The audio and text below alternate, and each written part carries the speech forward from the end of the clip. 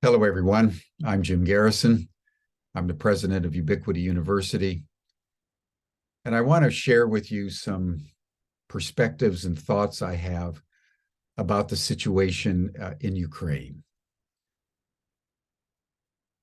The United States quietly announced last week through the chief of staff of the Lithuanian military that U.S. forces are now combat ready and in offensive modality,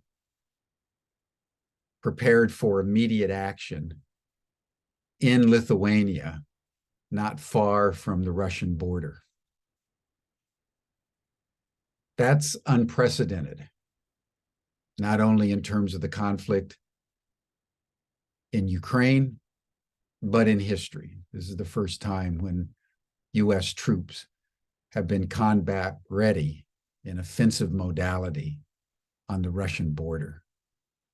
And I think it's time for us to pause and really look realistically at what's going on. Because what's going on is more dangerous than anything in my lifetime, going all the way back to the Cuban Missile Crisis in 1962. Interestingly, 2022 is the 60th anniversary of the Cuban Missile Crisis. And that was a moment when, in that case, Cuba brought in Soviet nuclear weapons into Cuba. And the United States said that that was a violation of the Monroe Doctrine, which has stood since 1823, where the United States declared that no foreign power was permitted to bring any kind of weapons or military forces to any part of the Western Hemisphere. That was the U.S. controlled domain.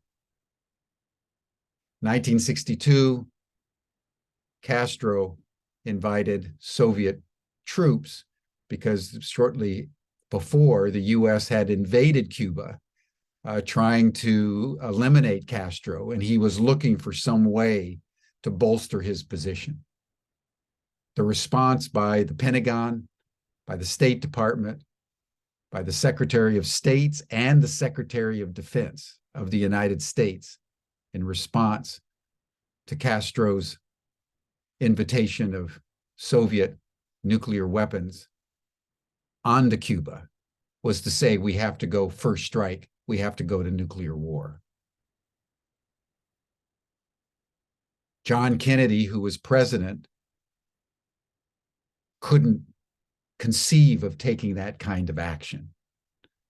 And so working through Adlai Stevenson, who was the U.S. ambassador in the United Nations, and Robert Kennedy, who was the Attorney General, they began secret negotiations with Nikita Khrushchev, who was the General Secretary of the Communist Party of the Soviet Union. And they narrowly averted nuclear war. Soviets withdrew their missiles from Cuba. The United States withdrew nuclear missiles from Turkey, which were right on the Russian border, and things calmed down. And out of that incident came Kennedy's overture for the Nuclear Proliferation Treaty, which was the first treaty between the United States and the Soviet Union to lower the temperature, stop the testing above ground. And that initiated a series of nuclear treaties that kept the peace unevenly, with a lot of effort and some accidental releases almost happening, but that basically kept the peace.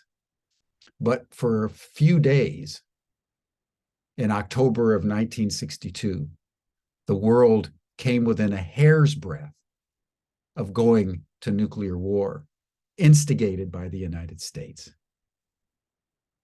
We are in that position again today. And I think we need to think about it. We need to understand it. So I'd like everybody to just pause in what they think is happening in Ukraine and follow my story. And I'd like to start with the map.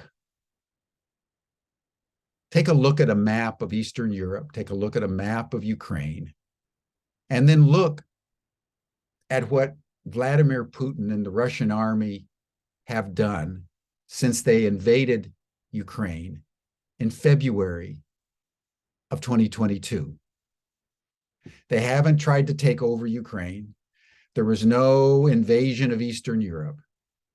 The only thing that the Russians have done is secure a land bridge, Eastern Ukraine, which is almost completely 80% ethnic Russian, and a land bridge to Crimea so that they can secure access as a major world power to the Black Sea, the Mediterranean, and the Atlantic for their trade, for their navy, for what they need for international discourse and interaction. That's what they've done. To understand why they did it is the key that I want to now explain. Because it is true that Russia and Vladimir Putin have invaded the eastern and southern parts of Ukraine to secure access to Crimea. They've annexed that land into Russia, and Putin has said they will use nuclear weapons to defend it. That's what's true. The Russians have seized the land bridge, look on a map, and they have said, we're going to use nuclear weapons because this is Russia. This is now Russia. And we'll use nuclear weapons to defend it. So the question is, why have they done that?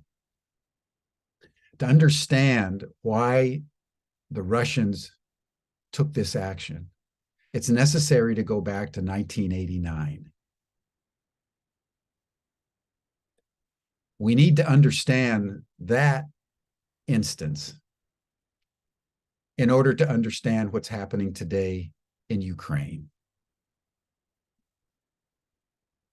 And I will just say, for those of you who don't know me, that I was intimately involved in Soviet American, but particularly Soviet affairs at that time. I was working with the leaders of the Politburo of the Soviet Union. I was good friends with Alexander Yakovlev and brought him to the United States on a number of occasions, who was the head of ideology of the Politburo, who brought Gorbachev and Edward Shevardnadze into the Politburo in 1985. And Gorbachev became the general secretary. Edward Shevardnadze became the foreign minister. I was also very good friends with Edward Shevardnadze, with Boris Yeltsin, who ended up overthrowing Gorbachev. I was the last foreigner that was received into the Kremlin office by Gorbachev about a week, 10 days before he resigned. So I was intimate with the discussions and with what was taking place. When 1985 happened and Gorbachev came into power, he immediately signaled to Ronald Reagan, who was then president of the United States, that, listen, the Cold War is over. We're really not your enemies. And over the next series of years, 1986, 1987, 1988, when they had a series of summits, Gorbachev basically said, listen, we're in a world where the security of one is the security of all. And the Soviet Union is willing to withdraw from Eastern Europe. We're willing to let Germany be reunited if the United States will promise not to push NATO to the east.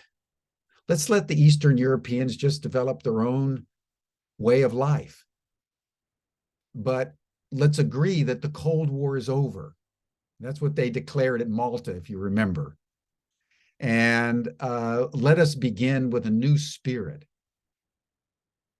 And it was Gorbachev that suggested, well, we might want to even consider a common security zone so that the Soviet Union and NATO and the East and Warsaw Treaty could all come together in a common security zone. That was Gorbachev's vision of the world. That's one of the reasons why he got a Nobel Peace Prize. He had this vision. I sat with him. I worked with him for 10 years after he left the presidency. And I was with him with Reagan and with Thatcher and with Bush, where they talked about that this was the agreement. So I know what I'm saying to be true. 1991, the Soviet Union fell apart. And there was what they called a unipolar moment for the United States. And the neoconservatives and the war machine was actively celebratory at the collapse of the Soviet Union. And rather than taking up Gorbachev's proposal, they decided that they wanted to start pushing NATO eastward. They were going to take over Eastern Europe. And they were going to engineer regime change in Russia, maybe break Russia up into, there's maps from that time where they wanted to break Russia up into 5 different countries. And then in 1996, Bill Clinton began the eastward push by bringing Poland, Hungary, and the Czech Republic into NATO.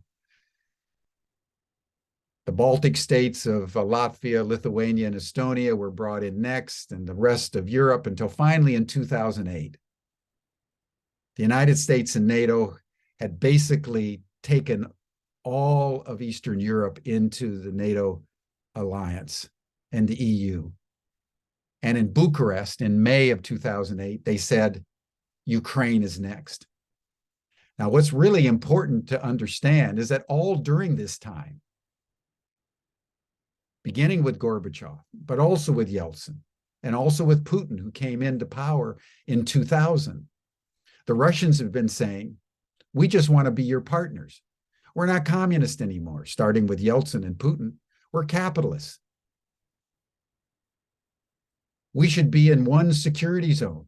How about if Russia joins EU and NATO? That was broached numerous times by the Russians. They didn't want enmity. It was the United States that refused those overtures and insisted on pushing NATO aggressively, militarily, and with nuclear capacity east, until finally in 2008, they said, we're going to take the Republic of Georgia and we're going to take Ukraine. And it was at this point that Putin and the foreign minister, Lavrov, and others said, this is a red line. This is an existential threat. And that's the next point we need to understand, is the relationship between Ukraine and Russia. Key to understanding what's going on. Why would Russia say that the NATOization of Ukraine is an existential threat and a red line? Very simple. Ukraine is Russia. Russia is Ukraine. The Russian Empire, the Russian nation, the Russian kingdom originated in the 9th century in Kiev, the kingdom of Rus. And for many centuries, it was called Kievan Rus. That's Mother Russia, began in Ukraine. So for over 1,000 years, Russia and Ukraine have been part of the same polity. Since Catherine the Great, in the middle of the 18th century, Russia has controlled Crimea and that part of the world. So that's why it's an existential threat. And the way to understand it is Russia has as much right to Crimea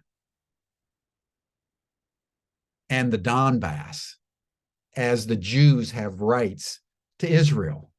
This is ancestral land. This is a primordial sacred connection with a certain part of the world. And we honor it with the Jews in Israel. We honor it with other indigenous peoples and people who claim that certain lands are theirs. And we need, at this moment, to understand that Putin's invasion of Ukraine to secure the Donbass and a land bridge to Crimea to give Russia access to the Black Sea and beyond is Russia in a moment of duress after the United States has spent the last 25 years pushing a military expansion into Eastern Europe in complete violation with the agreement that was made by Gorbachev, on the basis of which the Soviets withdrew from Eastern Europe. The Warsaw Treaty Organization was disbanded, and Germany was allowed to be unified. That was a big give by the Russians. And the United States just basically blew them off. And now the Russians are securing what they have to have as a great power. That is the essence of what we're dealing with when we're dealing with Ukraine. And the fact that now we're even contemplating nuclear war as we continue to escalate Ukraine. And we're doing so right at the moment when the world needs global infrastructure and a cooperative spirit between the United States and Russia, United States and China, the United States and the rest of the world to deal with escalating climate disaster and runaway global warming. The fact that we are in this position is a potential suicide move for the human race. That's why I'm speaking out. We need to understand nothing is more counterintuitive or counterproductive than starting to foment the destruction of the global infrastructure, including now possible nuclear exchange, right at the moment when we need global infrastructure and we need maximum cooperation to deal with increasingly turbulent ecological upheaval and climate disaster that's affecting everybody everywhere. So I want to say very clearly, Ukraine is the greatest strategic blunder the United States has made in US history. And I want everyone to just think about this for a moment. What if the United States had agreed with Gorbachev and instead of fomenting war and forcing NATO to the east, with the enemy being the Russians and Putin, we would have done what Jeffrey Sachs recommended. Listen to anything that Jeffrey Sachs has been saying recently on Ukraine, and you get another point of view that's corroborating mine. Because he was the guy, the economist from Harvard, Columbia, that was retained as an advisor to Yeltsin, an advisor to the Polish government. And he came in assuming that now that there was no more Cold War and the Russians had withdrawn, this was the time to bring this part of the world into the international network, the World Bank, the IMF, the GATT, the WTO, and support the transition. Well, he got support from Washington for Poland and the other Eastern European countries, but when it came to Russia, they said no. Gorbachev asked Bush specifically for aid, and Bush said no. What if, open your minds, what if the US had said yes? What would have taken place is today we would have liberal democracies and the European Union, maybe by another name, or NATO, all the way from Gibraltar to Vladivostok.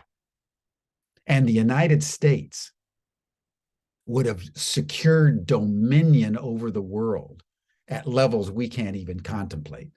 We control the Western Hemisphere. We control Western Europe. Just imagine if we also extended our suzerainty over Eastern Europe and absorbed Russia. Russia is the wealthiest country in the world by commodities. Just think of what that would have been like in a free trade zone. And then you link it with Japan, Australia. The United States would have secured global domination for the foreseeable future, but it would have been based on peace, based on partnership, based on commonality. That's what Gorbachev, that's what Yeltsin, that's what Putin asked us repeatedly to do, and we refused. And now we have Ukraine. This is the most egregious mistake in US history. And let me tell you what's now going to happen. The United States is going to be destroyed, and it will have destroyed itself. And it's going to happen in the following way. In order to understand that, you need to go back to 1972, when President Nixon took the United States off the gold standard. Simultaneously, he and Henry Kissinger, who was initially his national security advisor and then became Secretary of State, went to the Saudis and they said, listen, we will give you military protection. We will secure the kingdom of the House of Saud, even from the Israelis, if you agree to only accept dollars as you transact oil around the world. And that was the agreement that secured OPEC, secured the Saudi kingdom, and secured the primacy of the US dollar around the world until last month. The US has controlled the world essentially through military bases.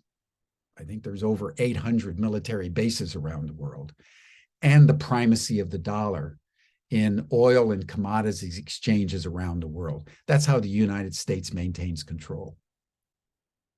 That's now broken down because of Ukraine.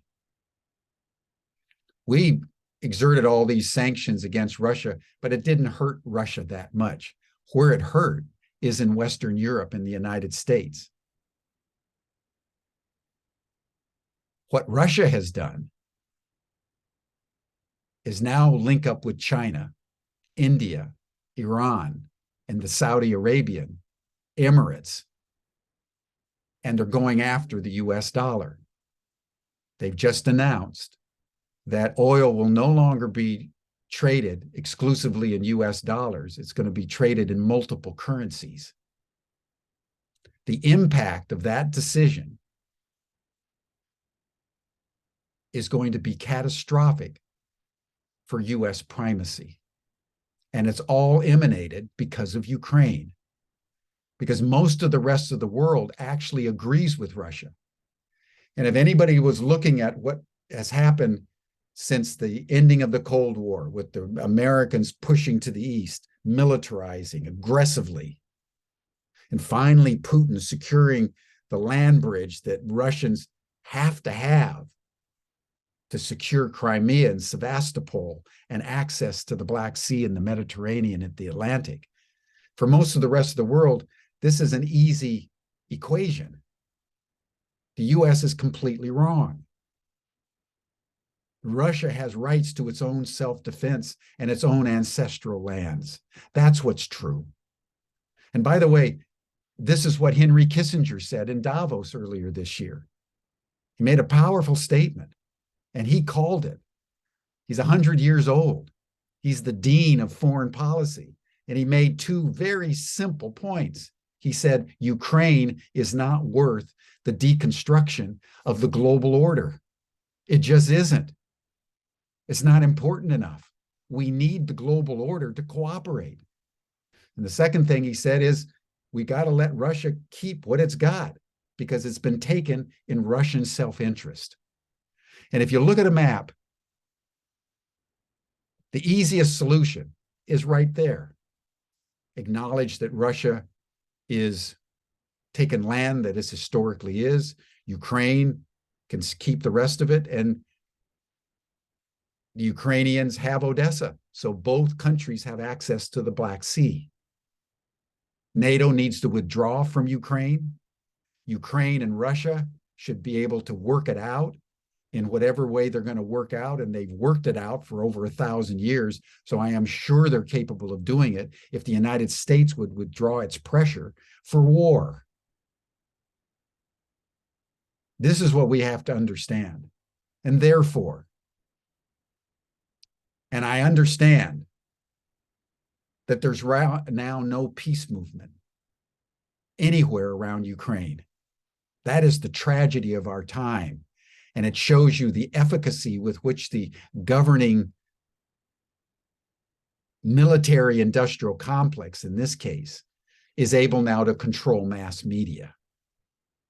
The control of mass media around Ukraine and Russia today in 2022 is in some ways more extensive than the control of the mass media during the height of the Cold War. And we all need to understand that what's been depicted to us is for our consumption so that we support the war machine. And it needs to stop. So I'm declaring a peace movement. And I may be the only one in the United States that has this point of view. But I'm telling you, what I'm telling you is the truth about what's been going on. We need peace. We need a ceasefire immediately.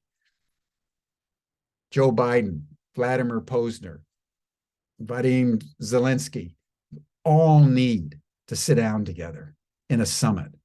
The United States and the Soviet Union have summits since the end of the Second World War. That's what's kept the peace. We need one again. But most importantly, we need people of goodwill, hopefully like you, to understand what happened and begin to speak out.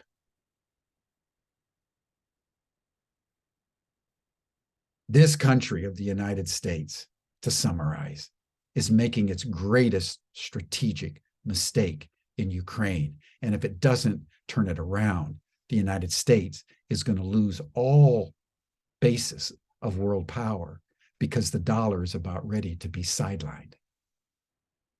And we're in a world where military action is increasingly dysfunctional. And if it keeps up, we're going to go to nuclear war. Right at the moment, we need all hands on deck and full cooperation with the Russians and the Chinese to deal with climate disaster. So Ukraine is a juncture in history that is going to determine suicide or peace. If we understand that and we take the actions required, we could initiate a unity in the world that would create a container for all the human aspirations. And that transition, that change needs to happen in the United States. And unless and until it does, the world will remain an extremely dangerous place with the reverberations of Ukraine ricocheting through the global system in ways that are only catastrophic to all concerned. Peace is available if we simply declare it. That's how they ended the First World War. They saw no way out of the conflict. And finally, the government leaders, in a state of exhaustion after 10 million people had been killed, said, on the 11th day of the 11th month at the 11th hour, we're going to declare an armistice. That was Armistice Day, just celebrated to the present time on November 11th. We should do it again with Ukraine. Immediate ceasefire, an immediate summit, and a transition from confrontation to peace. Thank you.